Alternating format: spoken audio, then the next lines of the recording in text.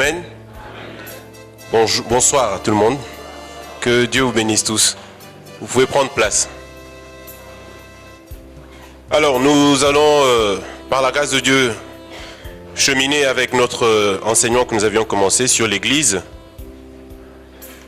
avec comme sous-thème l'Église universelle, l'Église locale et l'Église homme. Nous avions déjà entamé la deuxième partie, Église homme. Donc voilà, nous avons le thème principal, c'est l'Église de Jésus-Christ, répartie en 3 sous-thèmes: Église universelle, Église locale, Église homme. Et là, nous sommes dans le deuxième sous-thème, Église locale. Et dans l'Église locale, nous sommes en train de voir le fonctionnement de l'Église. Si on peut me balancer le PowerPoint. Église locale. Église locale. Après ce PowerPoint-là, Église locale. Et voilà. Nous sommes en train de parler du fonctionnement. C'est comment l'autorité s'exerce dans l'Église. Et nous avions vu par la grâce de Dieu la structure païenne, la structure juive, et par la grâce de Dieu, nous allons voir aujourd'hui la structure divine. Je vais juste faire un petit récapitulatif pour les 2 premières structures. Si nous pouvons prendre nos Bibles dans Matthieu 20, versets 20 à 26. Matthieu 20, versets 20 à 26. Je vais lire par la grâce de Dieu. Matthieu 20, 20 à 26. Alors, je lis par la grâce de Dieu. Alors la mère des fils de Zébédée s'approcha de Jésus avec ses fils et se prosterna pour lui faire une demande. Il lui dit: que veux-tu? Ordonne, lui dit-elle, que mes 2 fils que voici soient assis dans ton royaume, l'un à ta droite et l'autre à ta gauche. Jésus répondit: vous ne savez ce que vous demandez. Pouvez-vous boire la coupe que je dois boire? Nous le pouvons, dirent-ils. Et il leur répondit: il est vrai que vous boirez ma coupe, mais pour ce qui est d'être assis à ma droite et à ma gauche, cela ne dépend pas de moi et ne sera donné qu'à ceux à qui mon Père l'a réservé. Les 10 ayant entendu cela furent indignés contre les 2 frères. Jésus les appela et dit: vous savez, les chefs des nations les tyrannisent et les grands les asservissent. Il n'en sera pas de même au milieu de vous. Mais quiconque veut être grand parmi vous, qu'il soit votre serviteur. Et quiconque veut être le premier parmi vous, qu'il soit votre esclave. Amen. Alors, nous sommes en train de voir le fonctionnement de l'autorité. Ça, c'est un petit résumé. C'est la structure païenne de l'exercice de l'autorité. Comme j'avais dit la dernière fois, le dimanche, c'est que nous devons comprendre que quand nous venons dans l'église, nous devons être renouvelés, comme dit le livre des Romains, dans le chapitre 12, au chapitre 12. Être renouvelés dans notre intelligence. Qu'est-ce que cela veut dire? C'est que l'église est une institution spirituelle. Alléluia. Et Dieu veut, au travers de l'église, montrer sa sagesse au monde. Le monde qui est la descendance du serpent. Dieu veut démontrer que l'église ne fonctionnera pas selon tous les systèmes que nous pouvons voir dans ce monde, mais l'église sera plus efficace. C'est la sagesse que Dieu veut démontrer au monde, que voilà, il y a la génération, la descendance de la femme, qui est l'église, qui fonctionne non selon les principes du monde, non selon toutes les organisations ou tous les systèmes qui existent dans le monde, mais selon un système divin. Alléluia. Parce qu'en fait, le monde a voulu s'affranchir de l'autorité de Dieu. Nous avions lu dans Genèse, quand le serpent a dit: si vous mangez de cet arbre, vous serez comme des dieux.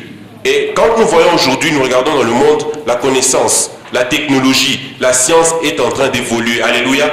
Et de plus en plus, l'homme, celui qui fait partie de la descendance du serpent, croit pouvoir s'affranchir de l'autorité de Dieu.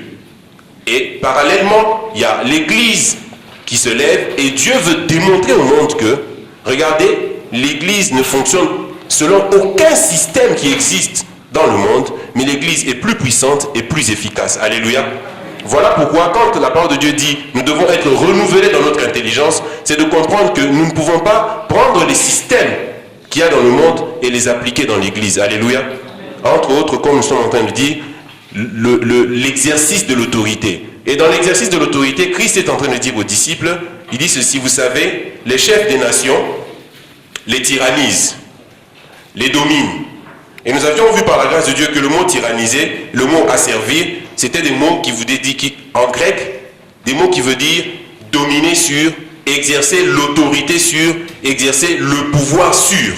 Et qu'est-ce que Christ dit au verset 26? Il dit, il n'en sera pas de même au milieu de vous. Alléluia.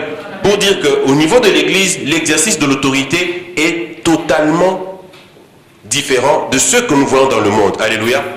Et c'est ce que nous avons appelé la structure païenne. Et la structure juive, nous allons lire par la grâce de Dieu,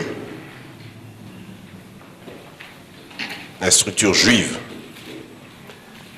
Matthieu 23, pardon, de 8 à 12. Matthieu 23, je vais lire.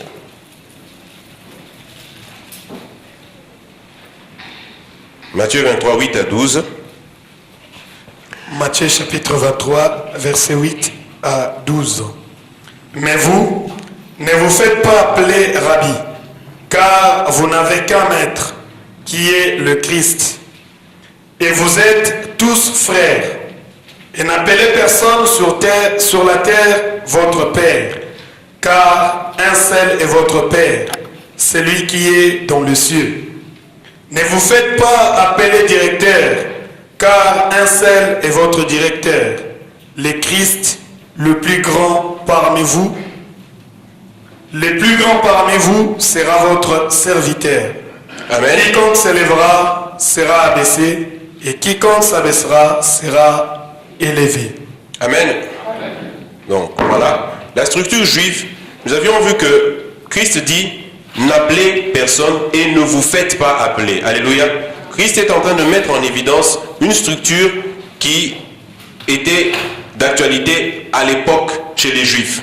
C'est que les Juifs avaient souvent l'habitude de se donner des titres. Ceux qui, entre guillemets, remplissaient les fonctions sacrées, il y avait beaucoup de titres. Et Christ est en train de dire, n'appelez personne votre père, votre directeur, votre... Et qu'est-ce que Christ fait comprendre? C'est que le fait qu'il y ait des titres, ça donne une position honorifique et un certain rang. Et Christ veut faire comprendre qu'au milieu de l'Église, nous devons tous avoir cette réalité-là d'être frères. Alléluia. Il n'y a pas de personnes exceptionnelles ou privilégiées. Alléluia. C'est ce que Christ voulait faire comprendre. Et il est en train de dire ceci. Il dit n'appelez personne. Quand il dit directeur, nous avions vu par la grâce de Dieu que le mot directeur vient du mot katagetes qui veut dire guide, qui veut dire leader. Il dit n'appelez personne directeur, katagetes, guide, pour montrer que nous devons tous avoir cette pensée de la communauté, cette pensée du corps, et ne pas placer quelqu'un au-dessus. Alléluia. Parce que le fait de placer quelqu'un au-dessus, cela équivaut à placer cette personne au même rang que Christ. Parce que Christ, comme on nous avait dit ici, si vous vous souvenez, on avait dit, on a parlé en parlant de que ton règne vienne. On a parlé d'un royaume. Alléluia. Et qu'est-ce qu'on nous avait dit, si vous vous souvenez, que le royaume, c'est une sphère là où le roi règne. Alléluia. Et il y a le roi et nous tous, souvenez-vous très bien, nous tous, nous sommes des sujets. C'est cette pensée-là. C'est pour ça que j'avais dit que Dieu soit béni, parce que c'est cette pensée-là exactement. Nous tous, nous sommes des sujets. Il n'y a pas de position ou des rangs privilégiés. Alléluia. Amen. Donc voilà, et c'est ça la structure juive, parce qu'il y avait des appellations. Et les deux structures, que ce soit la structure païenne ou la structure juive, ce sont des structures qui flattent l'ego, le moi d'une personne. Alléluia. C'est pour cela que Christ est en train de dire, celui qui veut être, qu'il soit le plus petit, celui qui veut être grand, pour éviter que l'ego, l'orgueil monte. Alléluia. Parce que les deux structures, et Christ a dit, il n'en sera pas de même au milieu de vous. Les deux structures flattent l'ego de l'homme. Alléluia. Et nous allons par la grâce de Dieu maintenant voir la structure divine. Nous allons prendre nos Bibles et nous allons voir la structure divine. Et c'est celle-là que nous devons retrouver dans l'Église. Alléluia. Parce que cette structure est une structure qu'on ne retrouve pas dans le monde. Parce que dans le monde, ça ne peut pas fonctionner. Et pour que cette structure puisse fonctionner, il faut réellement que nous soyons nés de nouveau. Alléluia. Parce que sans quoi, effectivement, ça peut amener le désordre. Mais cette structure-là, c'est la parole de Dieu. Et si la parole de Dieu entre guillemets, ne marche pas, ce n'est pas parce que c'est la faute de Dieu, c'est que nous devons rechercher le problème à notre niveau, nous, humains. Alléluia. Parce que c'est la parole de Dieu. Et c'est ça, véritablement, la pensée de Dieu pour l'exercice de l'autorité au sein de l'Église. Nous allons voir cela par la grâce de Dieu. Donc, nous prenons nos Bibles. Dans Romains 12, 4 à 5. Romains 12, 4 à 5. Car, comme nous avons plusieurs membres dans un seul corps, et que tous les membres n'ont pas la même fonction, ainsi, nous qui sommes plusieurs, nous formons un seul corps en Christ, et nous sommes tous membres les uns des autres. Alléluia. Nous sommes tous membres les uns des autres. On peut reprendre au verset 4. Car, comme nous avons plusieurs membres dans un seul corps, et que tous les membres n'ont pas la même fonction, verset 5, ainsi, nous qui sommes plusieurs, nous formons un seul corps en Christ, et nous sommes tous membres les uns des autres. Dans cette structure, qu'est-ce qu'on distingue? Il y a deux choses qu'on distingue. La tête. Parce que Christ est en train de parler, Paul est en train de parler du corps. C'est cette structure qui doit prévaloir dans l'Église. La structure corporelle. Alléluia. Donc, pour l'exercice de l'autorité dans l'Église, nous devons prendre exemple sur le fonctionnement du corps humain. Alléluia. C'est cela la structure divine. Une direction corporelle. Nous allons y aller tout doucement par la grâce de Dieu. Dans cette direction, qu'est-ce qu'on distingue? La Bible dit, nous sommes tous les membres des uns des autres. Tous nous sommes membres.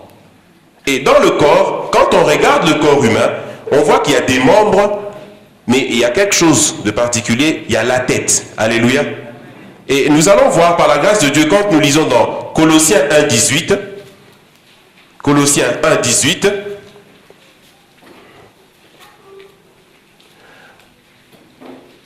on peut prendre à partir du verset 17.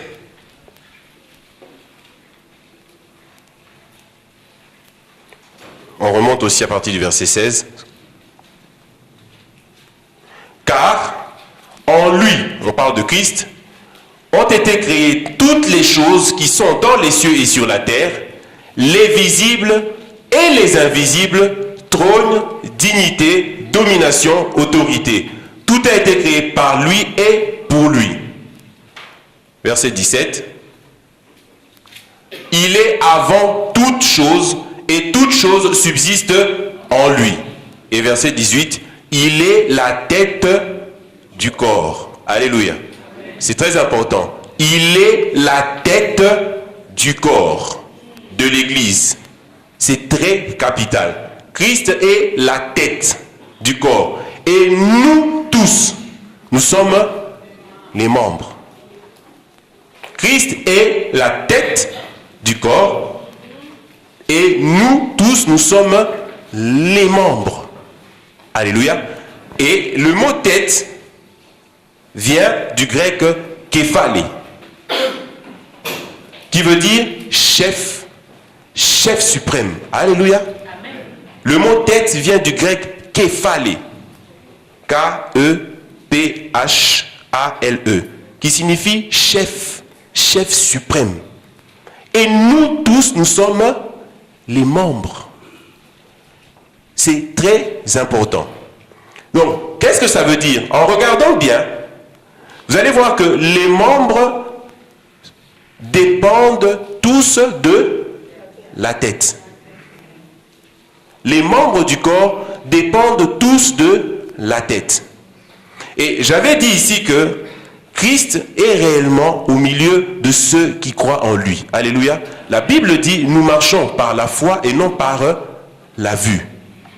La tendance, c'est de croire qu'il faut qu'il y ait une personne qui soit la tête dans l'église. Une personne qui soit chef. Mais on a un chef. C'est Christ. Alléluia. Ne tombons pas dans ce que nous avions dit dimanche, Exode 32, où ceux qui sont sortis du désert, de l'Égypte, dans le désert, ils n'ont pas été renouvelés dans leur intelligence. Ils sont sortis avec le système de fonctionnement de l'Égypte. Et quand Dieu les a amenés dans le désert, Dieu a voulu commencer à leur apprendre le fonctionnement divin. Pour peu qu'il y avait un petit problème, le fonctionnement de l'Égypte est revenu. Qu'est-ce qu'ils ont dit dans Exode 32? Quand Moïse est monté à la montagne, qu'est-ce qu'ils ont dit? Ce Moïse-là, nous ne savons pas ce qu'il est devenu. Nous voulons un Dieu qui marche devant nous. C'est exactement la même pensée qui se répète actuellement dans les églises.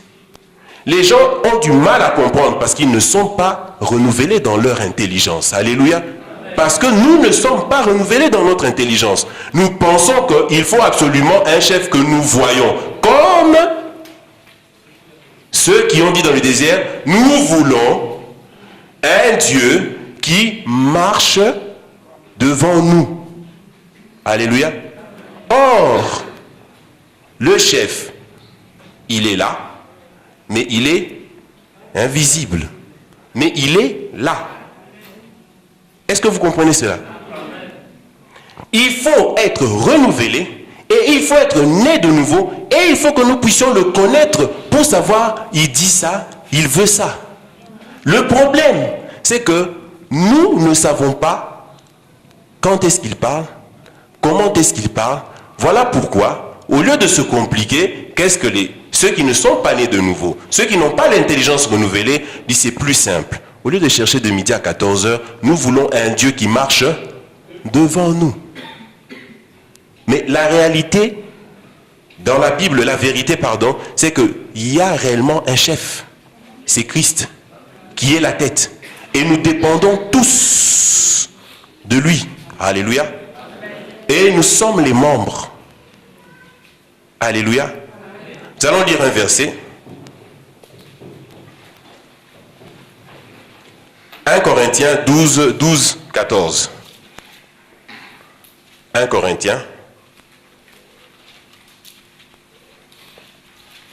Car, comme le corps est un et a plusieurs membres, et comme tous les membres du corps, malgré leur nombre, ne forment qu'un seul corps, ainsi en est-il de Christ. Nous avons tous, en effet, été baptisés dans un seul esprit pour former un seul corps, soit juif, soit grec, soit esclave, soit libre, et nous avons tous été abreuvés d'un seul esprit. Alléluia.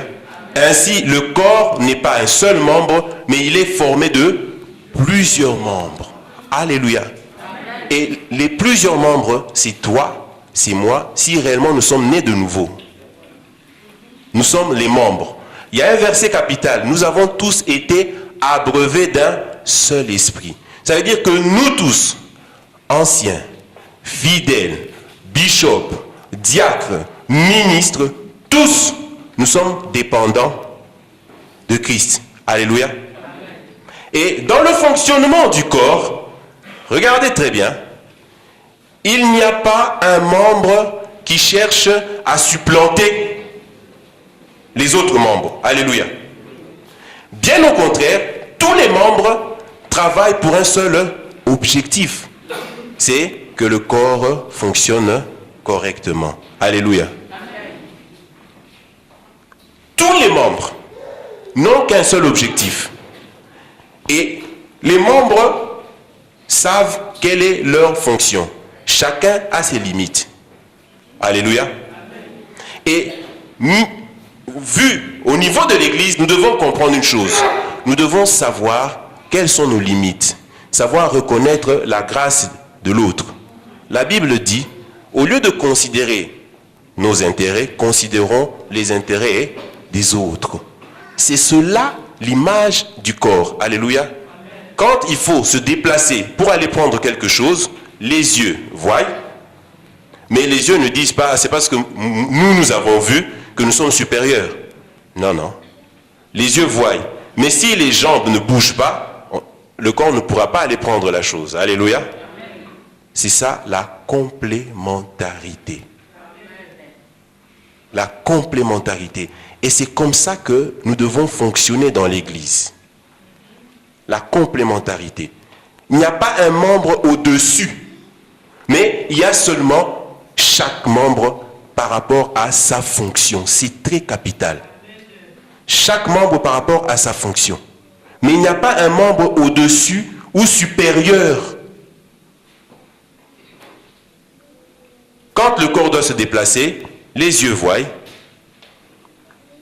les jambes marchent, et quand il faut aller prendre quelque chose, la main prend. Alléluia. Chaque membre a fait sa part. Alléluia. Mais ce n'est pas pour autant que le fait d'avoir fait sa part, qu'un des membres va dire non, c'est moi qui suis au-dessus ou c'est moi qui suis supérieur. Alléluia. La complémentarité. Alléluia. Nous allons lire un verset.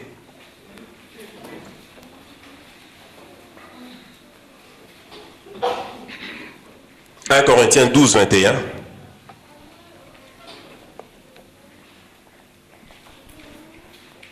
« 1 Corinthiens 12, 21.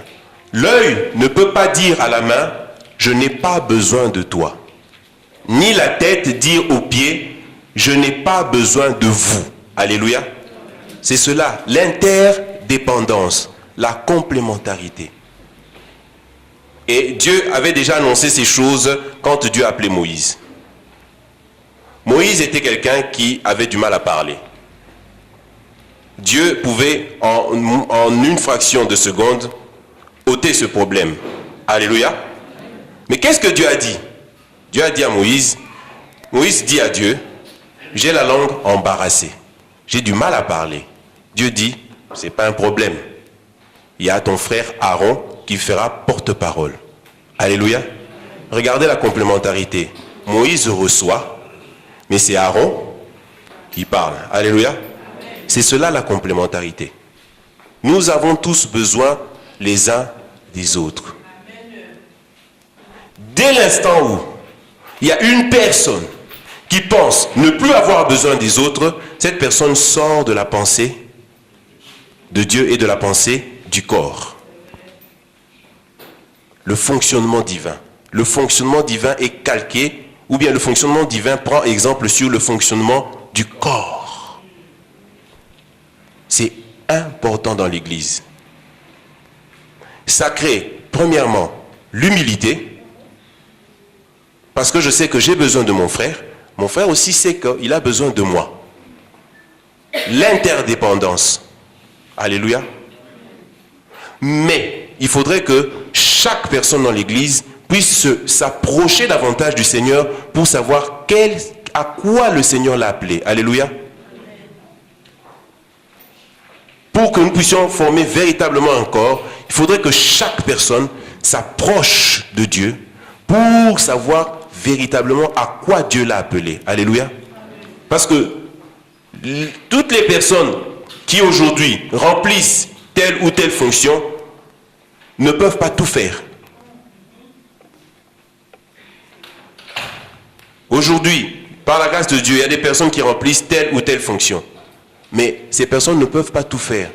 Tu as une grâce dont nous avons besoin dans l'Église. Alléluia. Tu as une grâce. Mais c'est à toi de t'approcher du Seigneur pour savoir exactement à quoi Dieu t'a appelé. Tu as une grâce. C'est anormal qu'une personne puisse fréquenter une assemblée des années sans pour autant être acteur, comme on nous l'a dit. Alléluia. Nous devons tous être des acteurs. Parce que Dieu, quand Dieu appelle une personne, Dieu lui donne quelque chose. Obligatoirement. Quand Dieu appelle une personne, Dieu lui donne quelque chose. Pour le corps. Alléluia. Dieu lui donne forcément quelque chose. Et que dit la Bible? La Bible dit ceci. Vous êtes le sacerdoce. Nous sommes dans un sacerdoce royal. La Bible dit dans Apocalypse, on a fait de nous un royaume de sacrificateurs. Tous, tels que nous sommes là, nous sommes tous des sacrificateurs. Tous. Nous sommes tous des sacrificateurs. Nous sommes dans le sacerdoce royal. Et j'en profite pour vous dire ceci. Quand, on va parler de ça dans les hérésies, quand vous entendez dans une assemblée dire qu'il faut un Aaron ou un Moïse, c'est une abomination spirituellement. Pourquoi? Parce que Christ, quand Christ est venu, Christ a fait que le sacerdoce lévitique du temps d'Aaron, de Moïse, soit maintenant caduque. Alléluia.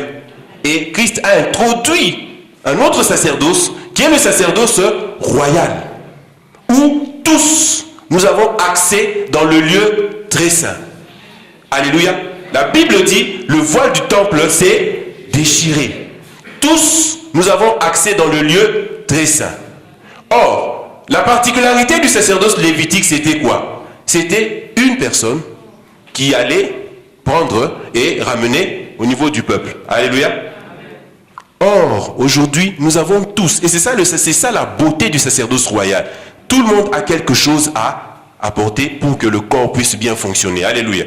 Maintenant, dire qu'il faut un Aaron dans l'église ou un Moïse, c'est une abomination spirituellement parce que nous sommes en train de dénigrer l'œuvre de la croix. Nous sommes en train de dire ce que Christ a fait, ça n'a pas de valeur. Retournons au sacerdoce lévitique où il n'y avait qu'une personne qui allait prendre auprès de Dieu pour amener pour les autres. Est-ce que vous comprenez? Dire, et ce sont des choses, il faudrait que nous puissions avoir un autre langage. Alléluia. Nous avions dit que les églises, les assemblées actuellement, fonctionnent selon la tradition. Et selon la tradition, il y a un certain langage. Mais selon l'évangile, il y a un autre langage que nous devons avoir. Alléluia. La tradition a son langage. Quand bien même ça parle de Dieu, de Jésus, mais il y a un certain langage. Comme j'ai dit, nous allons parler de ça dans les hérésies. Mais nous devons comprendre que nous sommes dans un sacerdoce royal. Il faut glorifier le Seigneur Jésus. Alléluia. Parce qu'aujourd'hui, libre à toi d'entrer dans le lieu très saint autant que tu veux. Alléluia. Autant que tu veux. Tu peux entrer dans le lieu très saint autant que tu veux. Autant de fois que tu veux. Alléluia. Mais dans le sacerdoce lévitique, c'était réservé à une personne et c'était une fois dans l'année. Alléluia. Alors pourquoi dire, est-ce que vous comprenez ces choses? Pourquoi dire qu'il faut un Aaron? Pourquoi nous ramener dans la loi? La loi, la Bible dit, la loi n'a rien amené à la perfection. Pourquoi nous ramener dans la loi? Nous sommes dans la grâce. Pourquoi nous ramener dans la loi? Et le fait de dire qu'il faut un Aaron, spirituellement, déjà c'est une abomination. Et de deux, quand cela est dans une assemblée, qu'est-ce que ça fait? Ça rend les autres dépendants, non de Christ, mais de la personne. C'est la personne qui fait tout. C'est la personne qui prie pour nous, c'est la personne qui fait tout. Automatiquement, les brebis deviennent paresseuses et spirituellement ne peuvent pas exercer le sacerdoce royal. Parce que chacun a quelque chose à apporter pour le bon fonctionnement du corps. Alléluia. Toute personne a quelque chose à apporter. Mais chacun selon la grâce que Dieu lui a accordée. Il n'y a pas de personne exceptionnelle. Mais il y a seulement les grâces. Prenez l'exemple d'une équipe de football. Je vais vous poser une question. Quel est le joueur le plus important? L'attaquant ou le gardien? Répondez-moi. Non, le plus important des deux. L'attaquant ou le gardien?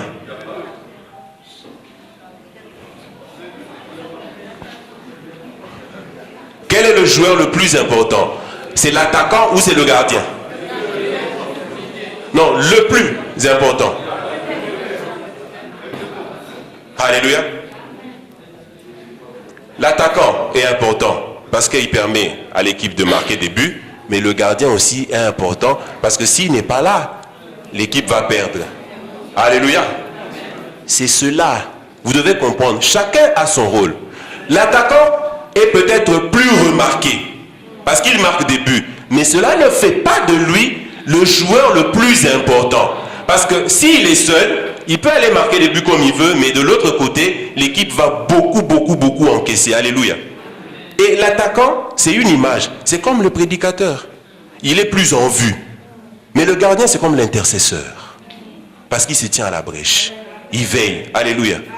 Chacun a sa fonction, mais tous, nous sommes interdépendants. Il n'y a pas une personne supérieure à l'autre. On a tendance à croire que celui qui se tient devant, c'est celui qui est au-dessus. Non. Non. Chacun a